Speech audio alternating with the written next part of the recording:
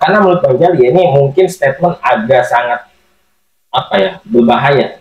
Pada dasarnya Pak Jokowi dan Pak Prabowo bermusuh.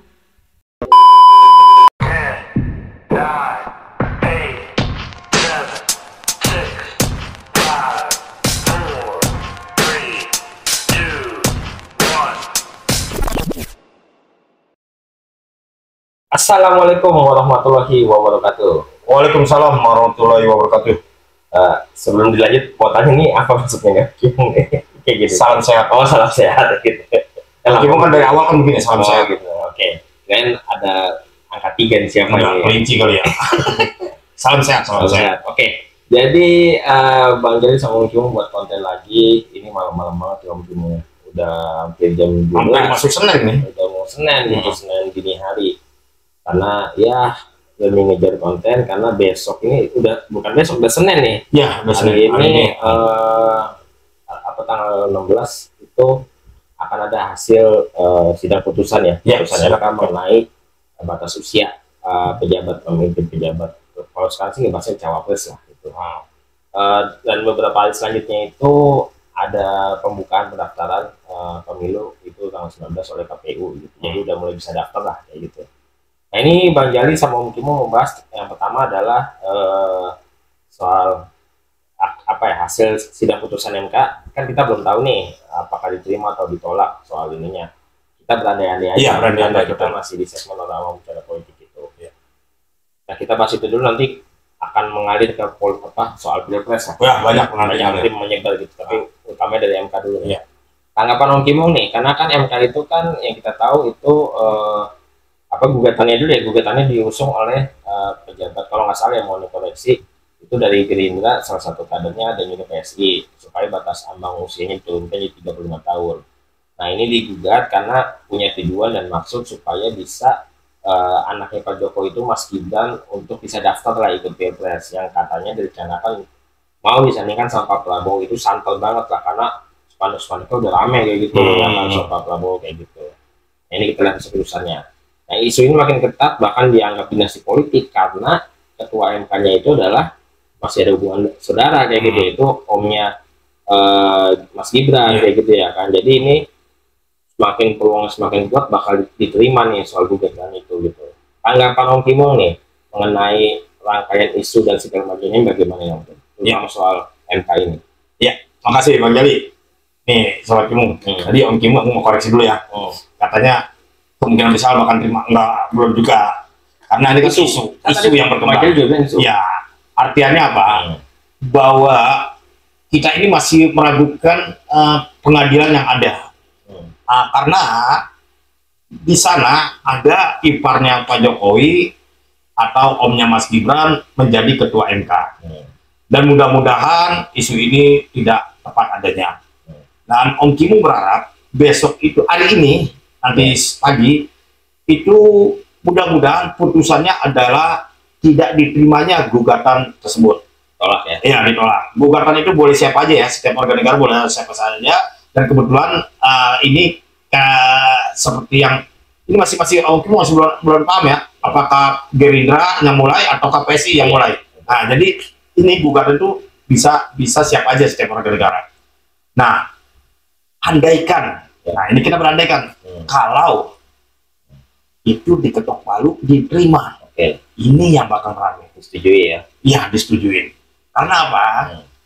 Nanti di luar sana beranggapan ini dinasti politik. Padahal yang sepengetahuan Om Kimo nggak ada itu nama dinasti politik. Dinasti politik itu tidak ada menurut Om Kimo. Karena apa? Kedaulatan ada di tangan kita. Mau bapak, anak, segala macam, kalau kita nggak milih, nggak mungkin ada kebentuk. Jadi artinya Sobat Kimo nggak ada ya dinasti. Tapi ini kalau menurut Kimo sampai ya ini terjadi ketok palu dia dan Mas Gibran benar ditarik ke Pak Prabowo, ini terjadi gonjang-ganjing yang sangat seru. Kenapa? Kemarin belum lama kan para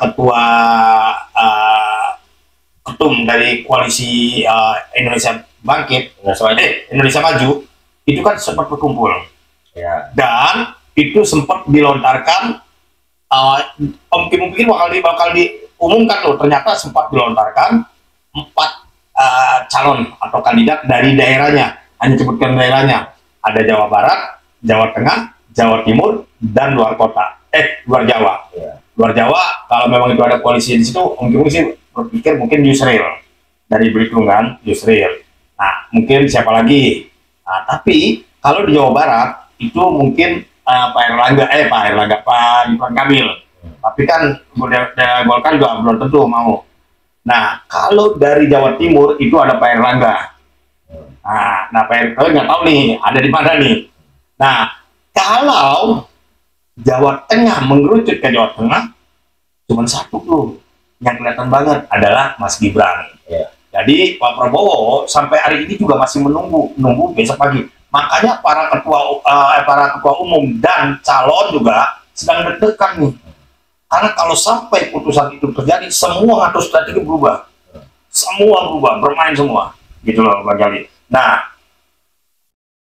poinnya, manuver-manuver politik sampai menjelang putusan besok, itu masih terus bergerak. Salah satu contohnya, kemarin di hari Jumat, itu Projo, dan hari Sabtu, hari itu juga, jam 3:30 sorenya, Projo langsung mendatangi kediamannya Pak Prabowo. Mendeklarasikannya untuk mendukung Pak Prabowo.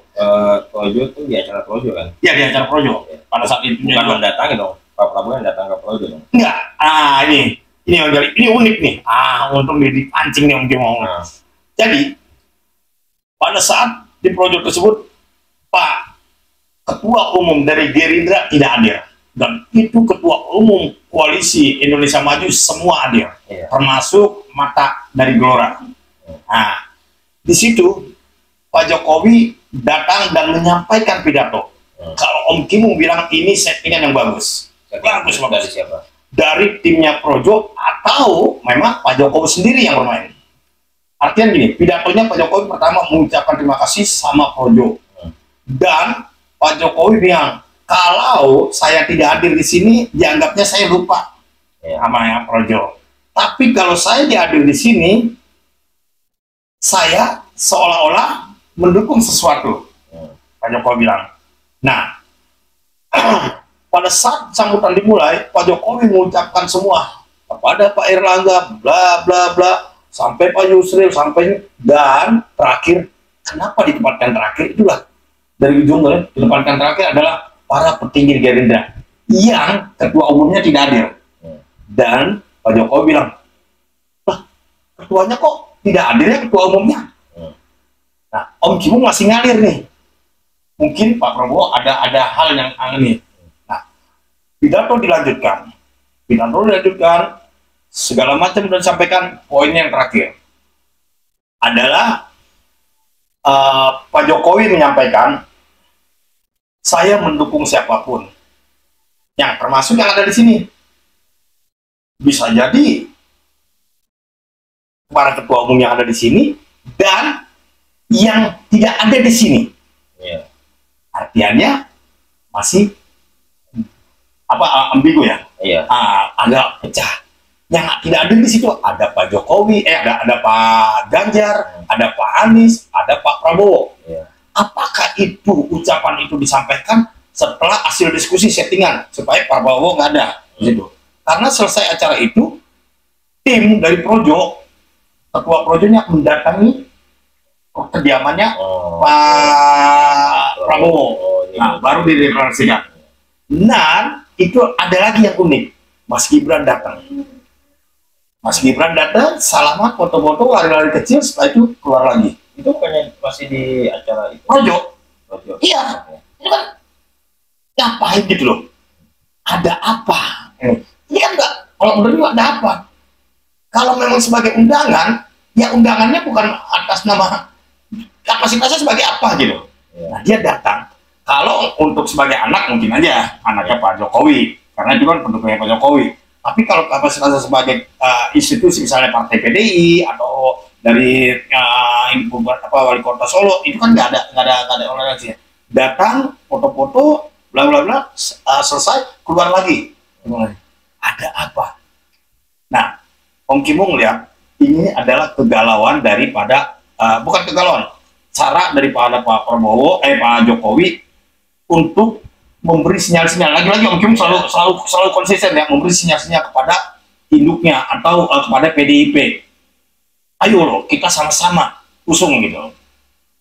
Tapi ada yang mengkritik lagi sebelumnya di Mukernasnya PDI, kalau nggak salah 2 minggu sebelumnya, seminggu atau 2 minggu sudahnya, itu Pak Jokowi juga secara ngasih sinyal lagi bahwa ini harus diberikan pada pemimpin yang berani.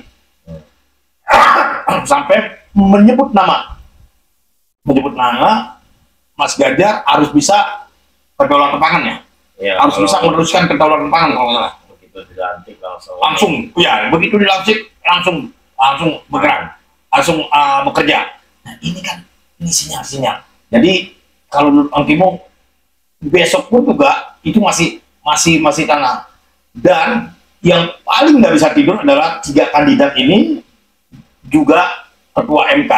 Itu simak lama, tapi tetap putusan MK itu bukan berdiri sendiri, ya bukan berdasarkan ketuanya aja, karena di situ harus ganjil entah 5 entah 7. Nah, Om Kim yakin bahwa MK akan melihat secara jernih, secara konsisten. Mudah-mudahan, andaikan putusan itu diterima, ya tidak diberlakukan untuk pemilu tahun ini, tapi untuk pemilu yang akan datang. Nah, jadi seperti itu yang Om Kim lihat. Karena apa? Mas Gibran ini unik ya. Jadi Sobat Kimung, Mas Gibran, Ganjar, Pak Anies, Pak Ganjar, Pak Anies itu naik bukannya berkat pengkaderan dari partainya, apalagi Pak Anies orang luar, tapi itu naik karena popularitas. Jadi mereka itu naik ya karena kita sebagai rakyat mengangkat, mempopulisasikan.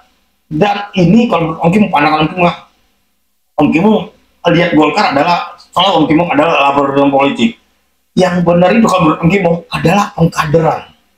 Nah, tapi untungnya Mas Ganjar adalah salah satu kadernya dari PDIP.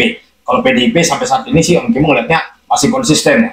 Masih konsisten, termasuk juga kemarin yang tidak mau wacana presiden 3 kali, hanya PDIP yang menentang. Jadi mereka itu bisa terekspos, bisa menjadi pilihan kita, Pak Ganjar, Pak Anies, dan Mas Gibran itu karena popularitas. Dan ini fatal kalau pemilu yang akan datang masih mengandalkan popularitas, termasuk caleg-caleg dari para artis, itu juga. Nah, ini penyalin. Kalau besok putusannya, ketok palunya adalah diterima, ini harus ada berani lagi rakyat menggugat lagi untuk kedepannya. Kenapa? Batas ambang suara 20% itu juga mengganggu. Kenapa? Partai yang tidak punya batas ambang, dia harus berkoalisi. Artinya partai tidak punya suara bulat kecuali PDIP ya, saat ini PDIP.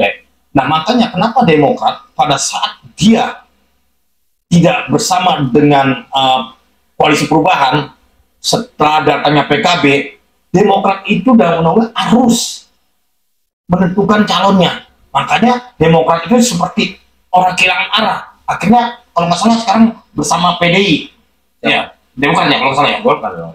Prabowo dong. Oh sorry, bersama Pak Prabowo. Bersama Pak Prabowo. Nah ini lagi-lagi nih, kalau putusannya besok, andaikan putusannya besok tidak diterima, berarti koalisinya Prabowo yang Om Kim bilang koalisi rapuh ini hitam. Kalau dia tidak menentukan calonnya, misalnya dia tidak menentukan Erick Thohir atau siapa, bisa jadi kemungkinan menurut Om Kim bisa jadi kemungkinan bisa dengan Pak Anies, karena sampai sekarang Nasdem dan koalisi perubahannya sejak di Surabaya besar, setelah itu masih menunggu. Bisa jadi nih, bisa jadi, dan Caimin bisa jadi ditinggalkan gitu loh, karena suaranya Caimin setelah Caimin bersatu nggak naik juga, nggak ngangkat juga. Nah ini kalau seandainya tidak diterima. Nah kalau seandainya diterima, ini juga mengkritik lagi. Kalau seandainya diterima, posisi Mas Gibran ini bisa tarik ulur, bisa jadi diambil sama Prabowo, tapi Mas Gibran apakah mau nih gitu loh, kembali ke keluarganya Pak Jokowi dan kepada etikanya. Nggak mungkin PDI mau gitu loh ya. Kalau seperti itu situasinya, PDI mungkin menjadi simbol aja. Artinya dia mencalonkan presiden dan wakil presidennya dia juga.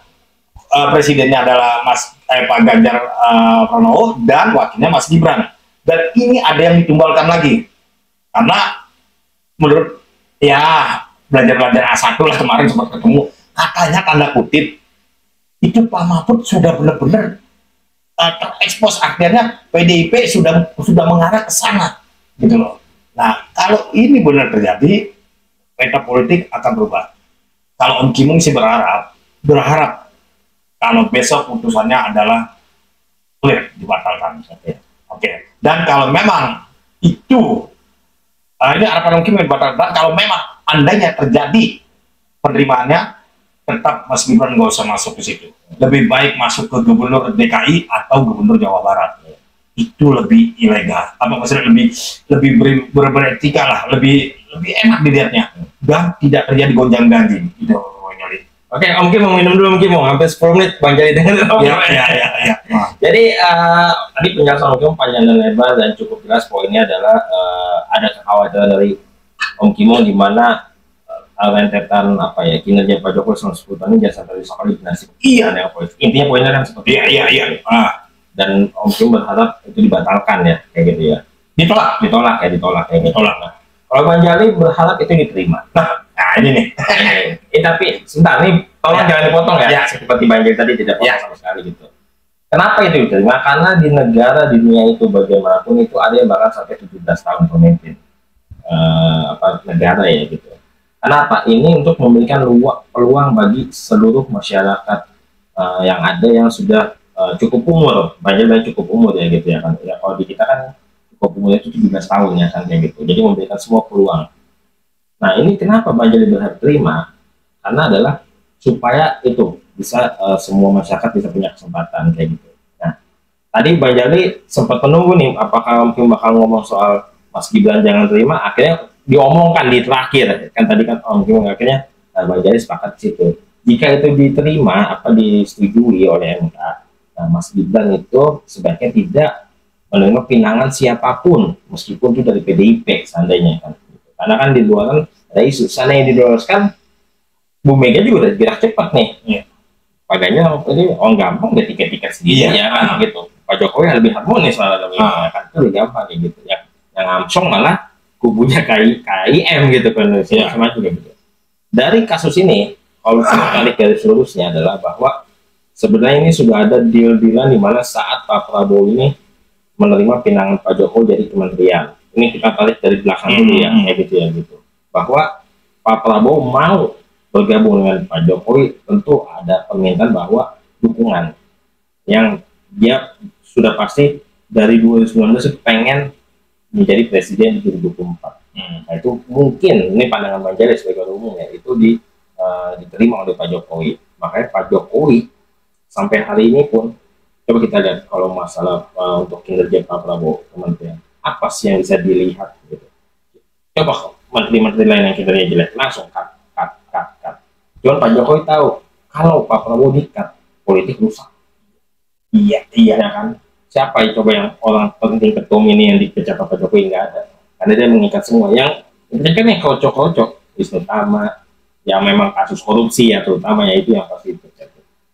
Nah itu yang akhirnya Pak Jokowi terus merangkul Pak Prabowo sampai titik pemilu dan dimana menurut Bang Jali adalah memastikan Pak Prabowo ikut berkompetisi dan ya kita lihat nanti hasilnya gimana, menang atau tidak gitu. Nah, kalau menurut Bang Jali adalah Pak Jokowi ini loyalis sejati PDIP. Sampai detik ini Bang Jali merasa Pak Jokowi memang baik dan setia.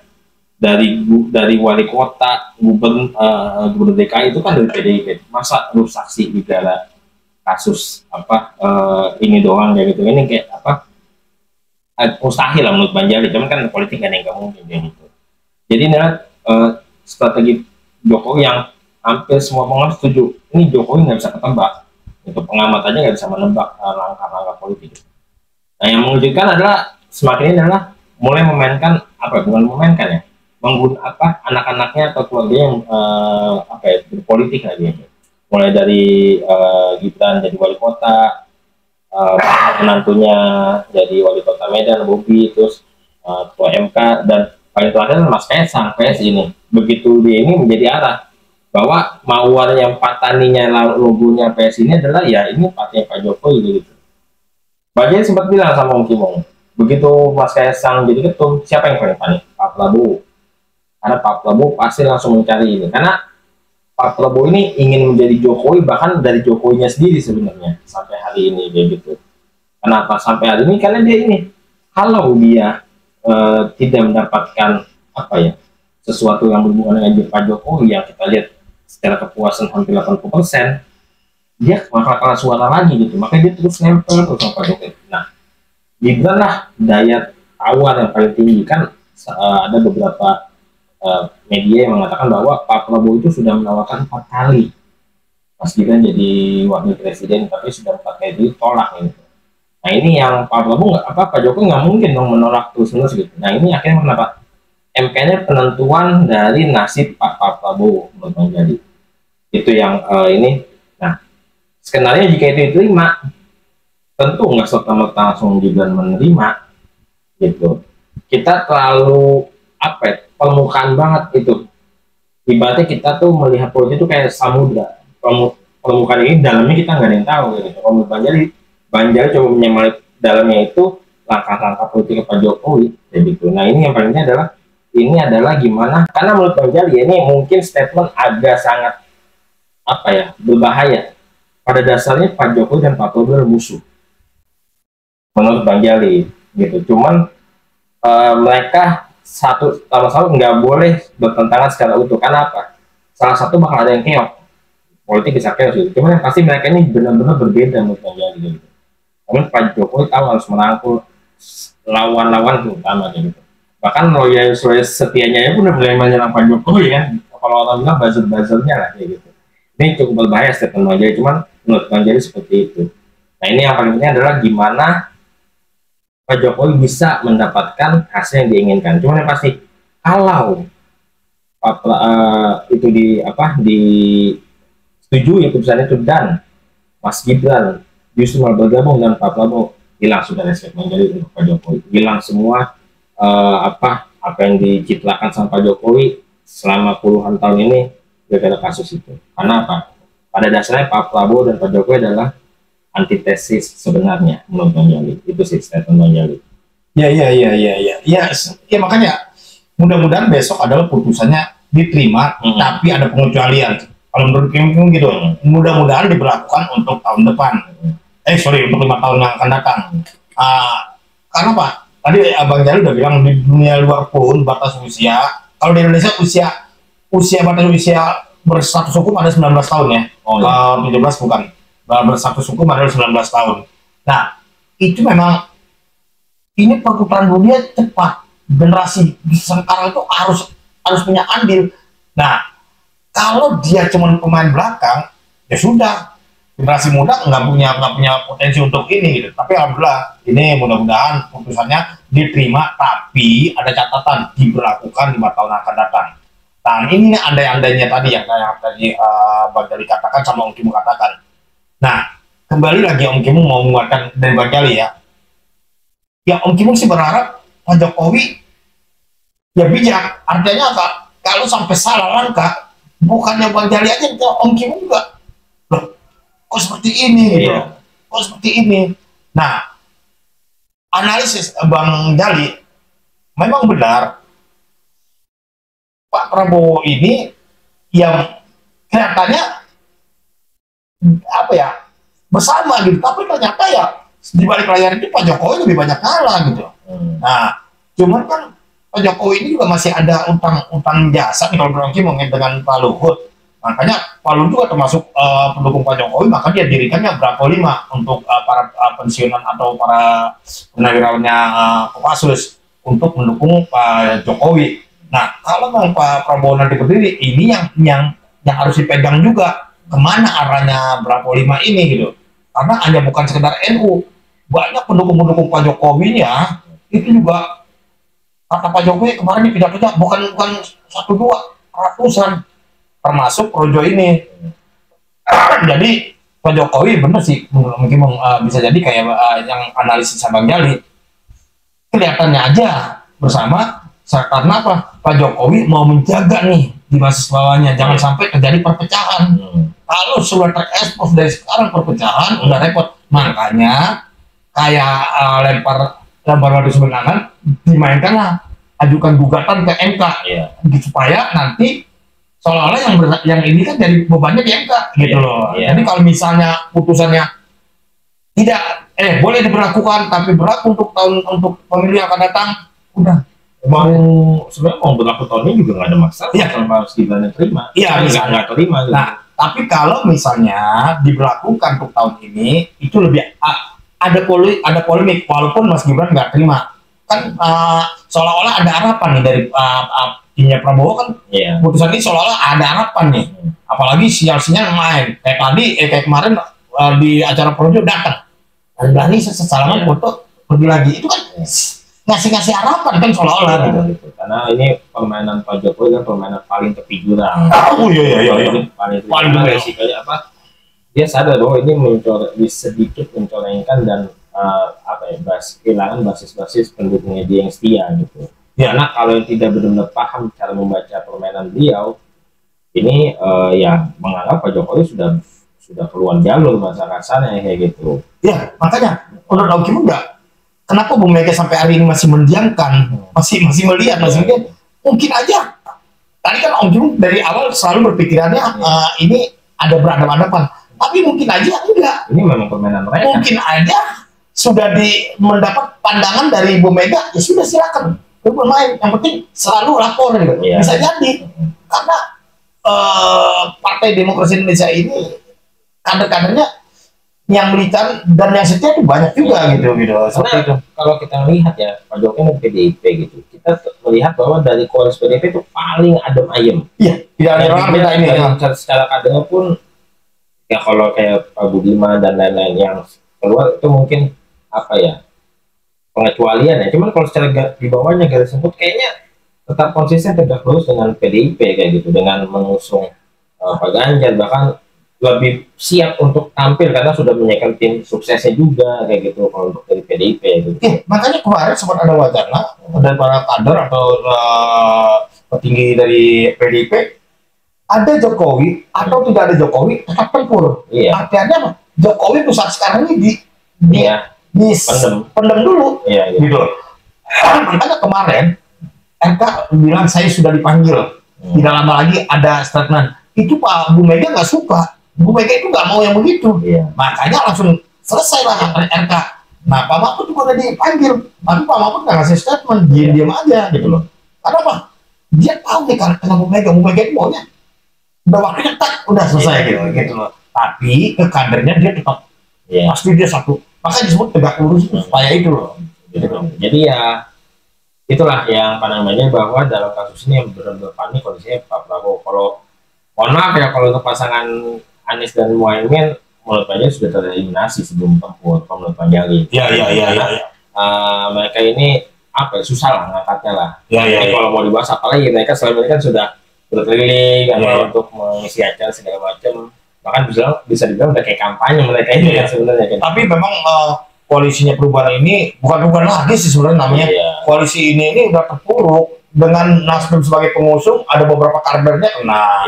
Terus Anies ya kita tahu lah yang tinggal di DKI bagaimana. Sudah ini dari sisi keadaannya sudah sulit karena Nasdem pengusungnya ini ya kan, Anies dianggap pengkhianat oleh Demokrat, Caimin dianggap pengkhianat, jadi dianggap pengkhianat semua. Makanya itu ada berat. Makanya tadi kan Om Kim bisa bilang kemungkinan besar kalau sampai tadi yang tadi statementnya seperti itu bisa jadi ini akan Pak Prabowo baru gabung dengan Anies dan Caimin yang tertendang. Jadi kalau itu yang terjadi, skenario adalah mengulang 2019. Betul. Yang terjadi. Dan ini juga kalau isu yang dimainkan sama, ini fatal juga nih. Mengulang ke 2019. Makanya mungkin ini adalah langkah yang tidak diinginkan oleh Pak Jokowi. Nah ini yang diinginkan Pak Jokowi. Makanya Pak Jokowi ini mencoba mengeliminasi satu persatu. Iya. Kayak gitu, mencoba mengeliminasi satu-satu dan memegang peran kuncinya kayak gitu. Karena ayolah kalau orang yang mengikuti politik, kalau Bang Jali mengikuti politik itu di 2017 ya, mengikuti, cuman mulai memperhatikan itu justru di 2024. Cuman kalau kita tonton lagi, ulang-ulang lagi, ini beda, Pak Jokowi sama Pak Prabowo itu beda. Ini ibarat apa ya? Perbedaan sebenarnya bukan Pak Anies yang antitesisnya Pak Jokowi, justru Pak Prabowo. Jadi kenapa? Latar belakang sih, semua itu latar belakang. Karena ya kita lihat lah, kalau orang yang udah mungkin menonton mengikuti pemilu 2040 sampai 2019 harusnya udah tahu kondisinya kayak seperti apa. Iya. Gitu. Makanya para petinggi-petinggi yang mengarah ke Pak Prabowo ya ada sesuatu. Nggak mungkin enggak gitu loh. Dan politik memang seperti itu. Iya. Makanya Bu Mega anteng-anteng aja gitu. Karena nih bagiannya PDIP nggak ada panikan sih. Sampai hari ini. Nggak ada panikan sama Makanya sekali. P3 sempat mau ini silakan. Iya gitu. Terus si Anura nggak sih? Anura nggak ini. Kalau P3 justru anteng aja karena mungkin dia udah tahu skenario nya. Ya, tapi sempat kemarin ada gonjang-ganjing juga pas nggak diikuti misi Sandiaga. Ya, gitu. Nah itu kan isunya dari kadernya P3. Iya. Kalau P3-nya secara inklusi Iya. enggak. Saya kan P3 mungkin udah mengetahui. Gua di tim PDIP posisi seperti ini, pindah pun tetap sama Iya. posisinya kayak gitu. Iya. Gitu sih. Jadi ya seperti ini. Jadi ini jelang pemilu, jelang pendaftaran makin seru karena pendaftaran kalau nggak salah sampai tanggal 25. Iya. Oktober. Terakhir ya. Dan pengumuman MK juga bisa diundur. Oh bisa diundur. Bisa diundur, Oh. bisa diundur juga, ini makanya bisa diperhatikan. Oh, Jadi belum tentu besok, belum tentu hari Senin ini, belum tentu. Iya, Bisa iya. diundur lagi, bisa diundur, bahkan bisa diundur sampai tahun depan. Iya bisa. Mendingan dari inilah putuskan tapi berlaku untuk ini kalau untuk Ya, kalau bagi setujui ingin aja lakukan sekarang. Oke. Dan Mas Gibran nolak supaya apa? Jadi kayak hero, jadi Iya. pahlawan. Oke, terakhir gimana? Apa tuh? Udah ada lagi nggak? Ya udah, Oke. jadi intinya ini semua ini permainan Pak Jokowi lah. sekarang. Oke. Terakhir nih. Hmm. Pak Jokowi, Haji, tapi hati-hati. Ini langkah Pak Jokowi yang Iya. harus benar-benar dimainkan. Karena Om Kimung yakin Pak Jokowi nggak ingin sampai yang sudah dipersiapkan, sudah dijalankan 10 tahun, lepas begitu aja. Karena dunia sudah memandang Indonesia, sudah takut, sudah mulai ketar-ketir. Ya. Nah kalau pengganti pemimpin yang gak set, gak bagus, percayalah kita akan diinjak lagi oleh dunia.